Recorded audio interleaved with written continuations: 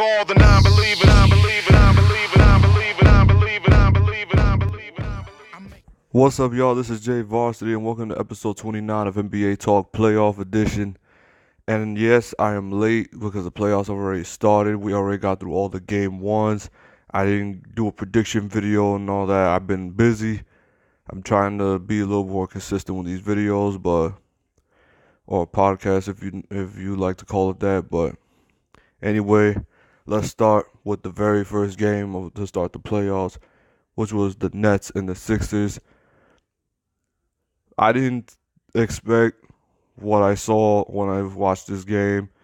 I kind of expected a little bit of a fight between both the Sixers and the Nets because they've been kind of like back and forth throughout the regular season, but I didn't expect this to happen. Let's start from on Brooklyn's side of the game. Brooklyn did what they've been doing all season long, which is playing hard and playing basketball. And since nobody expects this team to win the series, they're playing with house money, as what people say. They're playing with house money, so it's like they get to just play basketball. It's like they don't have any expectations to win a championship or anything, so they just get to play ball. D'Angelo Russell came out, he balled out. LeVert came out and balled out. They did their thing on defense. Like, excuse me if I don't mention any other players on the Nets because, like, I'm trying to get through this because there's a lot of games we got to cover. But anyway, Brooklyn did their thing. They did what they normally do throughout this season, which is play hard and show no fear or intimidation towards certain teams that look like powerhouses. Now on Philly's side, Jimmy Butler, he did his thing. And it seemed like Jimmy Butler was the only one who was able to do his thing. Joel Embiid, he didn't look like he was 100%. He showed fatigue right in the second quarter. He started showing fatigue. Like, he looked like he was not ready to play this game. I don't know if he should have even played this game, but because the way that he looked sluggish, he looked like he was out of shape, basically. But who am I to tell? Because, like, I'm not part of the training staff. I don't know how he really is. I don't know how bad he's actually injured or he's just out of shape. But Ben Simmons, 9 points. Ben Simmons, you get criticized enough that you refuse to shoot the ball. But then you come out in a playoff game and you only score 9 points and you were a liability at the free throw line. Being a liability at the free throw line is another way of getting exposed and in a bigger, brighter environment, which is the playoffs. The way the Nets said they were going to guard you, that's how they guarded you. Because they would occasionally sag on you and you did not try to attack by taking a mid-range shot. They know your identity already. And then JJ Redick got into foul trouble and he fouled out the game and he only scored 5 points. And where was Tobias Harris? Tobias Harris is supposed to be the X factor on helping Philly become a contender. From what I saw, they were guarding everybody else besides Ben Simmons. So Ben Simmons, I'm not trying to tell you what to do here, but, like, I'm not trying to tell you to shoot the three. But if they're giving you enough space for you to take a mid-range shot, take it. Take the mid-range shot, and I guarantee you the Nets are not going to know what to do anymore. But anyway, that's just me. I don't know what Philly's going to come up with as a game plan. I still think they can't guard Joel Embiid, whether he's 100% or not. I still think Joel Embiid is still going to dominate. Well, we'll see what happens in Game 2 tonight. We'll see. Now let's move on to the second matchup, which is the Orlando Magic against the Toronto Raptors. Boy, I did not think that this game was going to be such a dogfight. I did not think that game was going to be such a dogfight. I thought that once Orlando made it to the playoffs, that they were just going to get smoked because Toronto plays some of the best defense in basketball, and then Kawhi is going to be Kawhi. Like, he's going to ball out. Yeah, I underestimated the Orlando Magic. Terrence Ross, once he gets hot, he's very hard to stop when he's making that three-point shot. Aaron Gordon played hard, played gritty. Vucevic, he was dominating the boards. It's not like the Raptors weren't giving up. They were fighting. It was a back and forth game. But DJ Augustine, oh my God, I used to hate this guy when he was in Indiana. But that was one cold-blooded shot to end the game, man. That was cold-blooded. Here I am thinking Toronto's easily going to win game one. And then here comes Orlando, and they just flat out shut me up. And I just got to ask about Toronto. What the hell was Marc Gasol doing? What the hell was this guy doing? And then let me not even get on Marc Gasol. Let me get on the guy that always never shows up in the playoffs. Kyle Lowry. He never shows up. He could ball out in the regular season, but then come playoff time, it don't matter who they playing, he starts turning into a whole different player. Like, he looks like a guy that doesn't even belong in the playoffs every time the playoffs come around. Kyle Lowry, I just got one thing to say to you. LeBron is not in the East anymore. You don't got to worry about running into LeBron in the playoffs. You got Kawhi Leonard. You got this deep team. Like, I still picked Toronto to win this series, but this was just a shocker to me. I really thought Toronto was going to win game one, but Orlando just shut me up. Now, again, game two, I kind of expect Toronto to win game two. I really do. I expect Kawhi to come out and ball. I expect Kyle Lowry to come out and hit shots. Orlando is going to come, and they're going to come with a little more confidence. So I feel like that's going to backfire on them a little bit because, we beat the second best team in the East. But I feel like that's going to backfire on them, but I don't expect them to get comfortable. So we'll see what happens in game two of that series. I still got Toronto winning that series. And by the way, back to the Brooklyn and Sixers series, I still got Philly winning the series in 5 or 6. And with Toronto and Orlando, I still got Toronto winning the series. I'm still saying within 5 or 6. I don't think the series is going to go 7. But we'll see, because the playoffs, they could be shocking sometimes. Now let's move on to the next game, which was the Clippers and the Warriors. Do I need to say more? The Warriors did their thing. Steph is now the all-time playoff leader in three-pointers. But the story of the night for me had to have been KD and Patrick Beverley. Like, KD, you say you love competition, but then it's like you say you don't want to get rattled by certain antics. But then here you are barking. Did I really just mess up saying barking? Barking back and forth with Patrick Beverley. Like, I know you're going to tell me, oh, they're just being competitive, but come on. Patrick Beverley, you know he's going to talk. You know he's going to talk his trash. But Kevin Durant, you're not a trash talker. You're not a trash talker. So the fact that Patrick Beverley basically forced you into becoming a trash talker, that just might help the Clippers steal a game in this series. Like, a lot of people got this to be a sweep. A lot of people got this series to be a sweep. But the Clippers, they play harder than you think. They can't stop Lou Williams. I don't care who they put on Lou Williams. They can't stop him. I don't know what is it about Lou Williams, but this guy plays. That he plays hard. But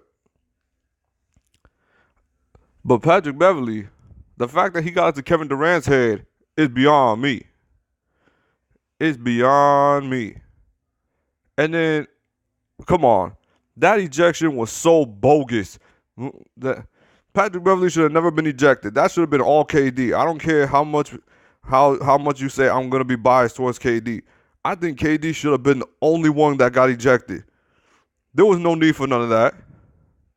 There was no need for none of that, man. Like, he was just bringing the ball up, and KD literally pushes him to the ground and literally stares at him and starts clapping and laughing. I don't care how competitive you try to be, because I said try. KD's not competitive, and KD's fake. And the fact that they threw out Patrick Beverley just for standing up trying to defend himself is just a joke. You do that kind of stuff in the park, and trust me, punches are being thrown. Like, there were a lot of people in the playground will not take none of that. You push them to the ground, and that's it. There's no longer a game. There's gonna be a fight. Well, this is the NBA. People don't fight in the NBA no more. But like, to me, KD, you cannot get away with that stuff, and then both of you get ejected. To me, the refs made horrible calls. Like always, expect that in Warriors games that the refs are gonna make a lot of bad calls, because the Warriors just can't be in a tight game against the Clippers because they're an 8 seed and they're a 1 seed. But yeah, the rest of the team did that thing. DeMarcus Cousins played his first playoff game of his career, and he fouled out, which I'm not surprised, because DeMarcus Cousins, he gets a rep with the refs that they just easily foul him more than anybody else in the league. And yeah, like, Doc Rivers is literally trying to expose Draymond. And to me, you got to live or die with Draymond making his shots. That's the way you got to beat the Warriors. If Draymond's not making his shots, then you have a shot at beating the Warriors. You kind of do. Because I don't care if you leave Draymond open, you go guard everybody else. If Draymond has to make 10 threes, then he's got to try to make 10 threes, and most likely he'll make 2 of them. He'll make 2 of them out of 10. Don't let Draymond become a facilitator. Let him become a scorer. You make Draymond a scorer, and that's it. You have a chance of beating the Warriors. I can't wait for game 2, because I just want to see how Patrick Beverley and KD go at it again. I want to see that again. And hopefully we get more fair officiating, which I doubt. But yeah, I still got the Warriors winning this series. I don't see the Clippers winning this series at all. But I just like great entertainment in that. And Patrick Beverley and Kevin Durant was just great entertainment, even though KD's fake as hell. But anyway, let's move on to the next matchup, which was the Denver Nuggets and the San Antonio Spurs. To the few people who actually thought that this would be a cakewalk for the Denver Nuggets, never doubt Greg Popovich, and don't ever doubt the San Antonio Spurs. That is a tough team to face as a 7th seed. The Denver Nuggets are the 2 seed, and to play the Spurs in your first go around the playoffs, like, that is a very tough matchup anytime you got to play the Spurs. The Spurs, they play hard on defense. They now adapted to attacking the basket, using DeMar DeRozan's mid-range shot. Greg Popovich just, I don't know how he does it. He just knows how to use players. He just knows how to use players and take advantage of their strong suits. And it just amazes me.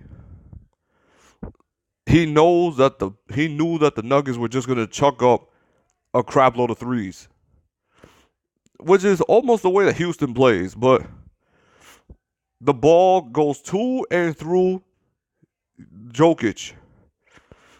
And that's how they attacked. The Spurs, you can never count them out when it comes to a playoff series.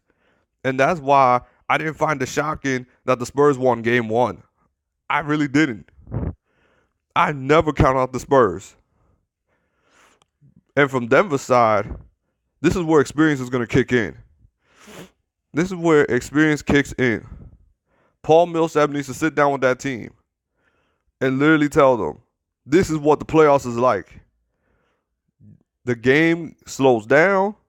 Things get a little more physical. Refs make different kinds of calls. And that you just need to be prepared a little bit more of trying to set up more half-court sets than fast breaks. Jamal Murray, I feel like he's gonna be fine. Jokic is gonna be fine. They just need to hit some of their shots, because it's not like they got smoked. They didn't get smoked, but I feel like Denver is gonna come out winning game 2. I see that series going 7 games. I see San Antonio and Denver going 7 games, and I wouldn't be surprised if San Antonio beat Denver. I wouldn't be surprised.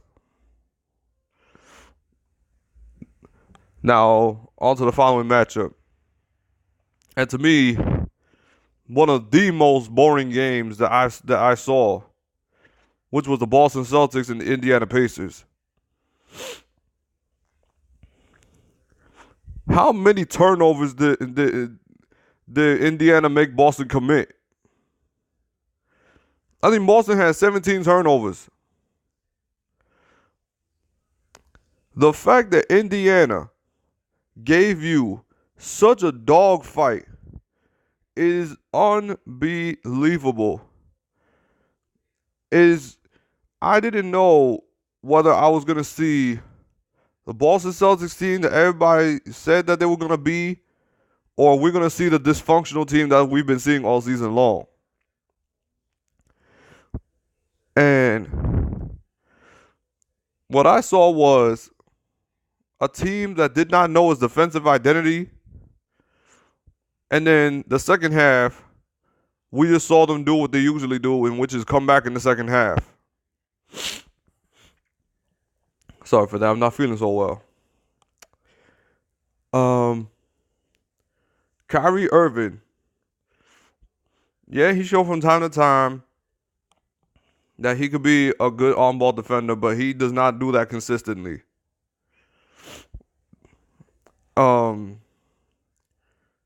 But for Boston to literally have to grit and grind against the Indiana team that does not even have their best player, it concerns me. On even if Boston wins this series, which most likely they will. Why am I saying if?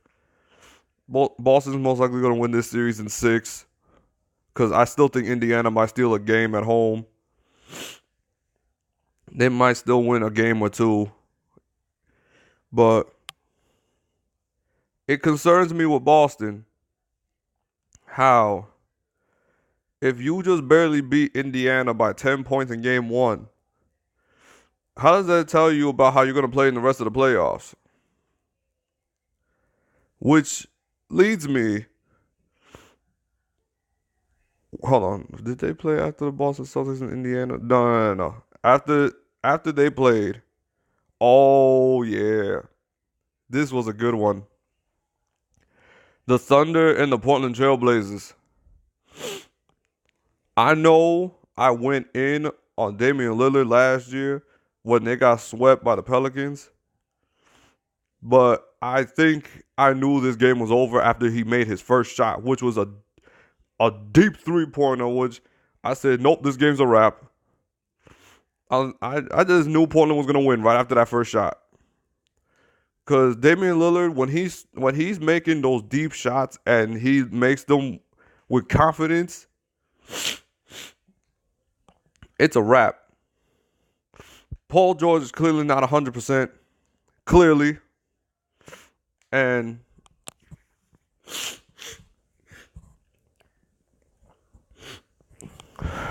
Enes Kanter was just an X factor for me. I He's always played hard. He's always played hard. Anytime I've seen Enes Kanter play, he's always played hard, and it didn't show any surprise to me how he put up his. I think he put up 18 points and I think 15 or 17 rebounds. C.J. McCollum and Damian Lillard did their thing. The the Oklahoma City Thunder, they are not a great. They are not a. They're really not a great 3-point shooting team. So when they don't make their threes, they're gonna rely more on their defense to get their points.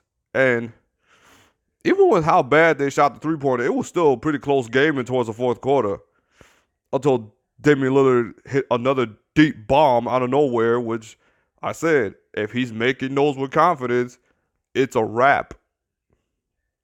It's literally a wrap. Al-Farouq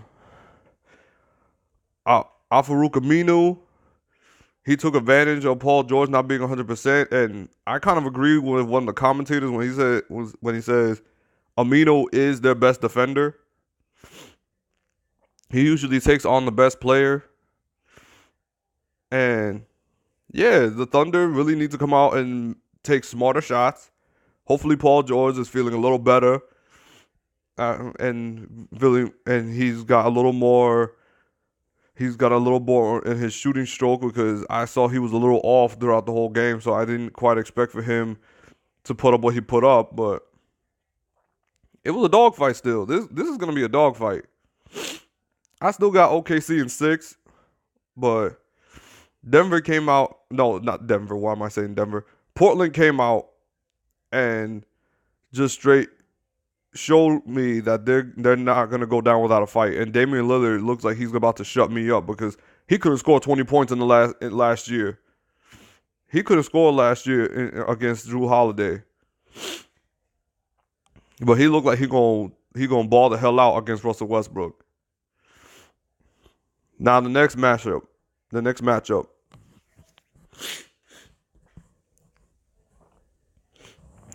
I am not feeling good. The Milwaukee Bucks and the Detroit Pistons. I don't really need to say much about Detroit. It's bad enough that Blake Griffin didn't play, and he might not even play the rest of this series. He might not even get to touch the floor during these playoffs. But they walked into an ambush last night. Milwaukee straight ganged up on Detroit last night.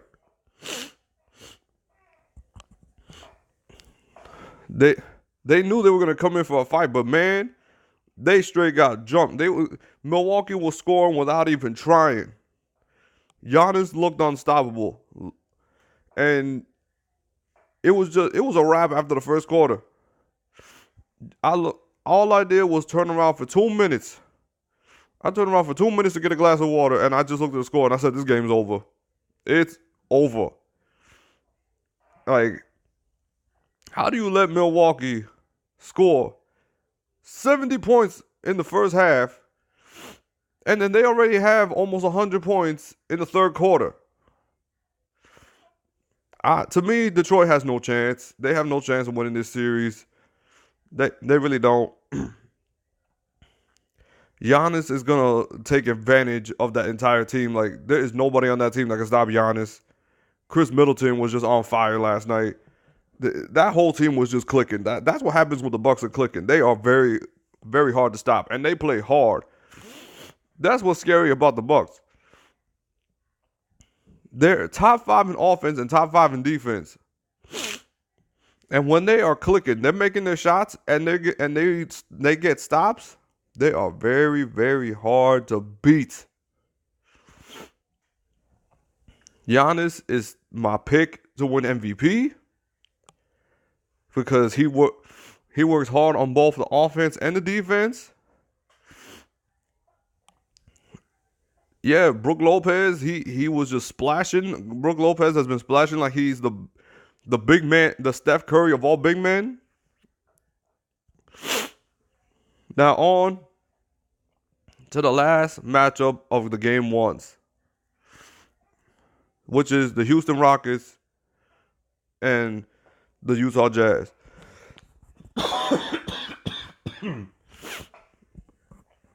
Sorry, I had to move the mic. If it still sounds pretty loud, I am sorry.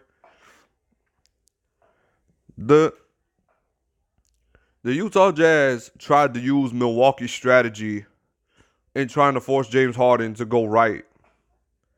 But I think James Harden has been doing a little studying, and especially since I did that rant about how James Harden might get burnt out in the playoffs, I think James Harden is not going to take advantage whenever they try to force him to go right, because he's now abusing the side step back, which I don't know if I should more say sidestep, but he killed that strategy. If you don't have a team like Milwaukee that's long and lengthy on defense, I don't see how you're going to make that work if you're Utah. If you're Utah, you got to try to play Harden straight up as much as you can try, because James Harden is going to light you up somehow, some way. You got to try to light up. You got to try to go straight up on James Harden. And yeah, the Rockets, for a team that shoots a lot of threes, I saw something that I rarely see from the Houston Rockets, which is they attacked the hell out of the paint. They killed the paint. And that's something I really never see. And I'm kind of happy I did see that, because it's going to show me that they're not just going to rely solely on the deep three ball. Kenneth Faried was very good attacking the paint. They were abusing when they would do 5 outs and they would pump fake and just attack the lane. I'm happy with what I saw last night. And for Utah, you have to try to interpret that strategy of making Harden go right, but at the same time, you can't be afraid to try to play straight up on him and just try to contest the shot, because even though James Harden does create a lot of contact, he's gonna go to the line one way or another. It's like, he's going to find Clint Capella. He's going to find PJ Tucker. He's going to find Chris Paul. He's going to find Gerald Green. If you make Harden become a point guard, then I'm sorry, this is over for the Jazz. The last thing you want Harden to do is become a point guard. It's a wrap. Anyway, I still got the Rockets winning that series. I got the Rockets winning in 5, because I think Utah's going to win one game at home. So yeah, that covers all the game ones from this weekend. I can't wait to see what goes on in all the game 2s.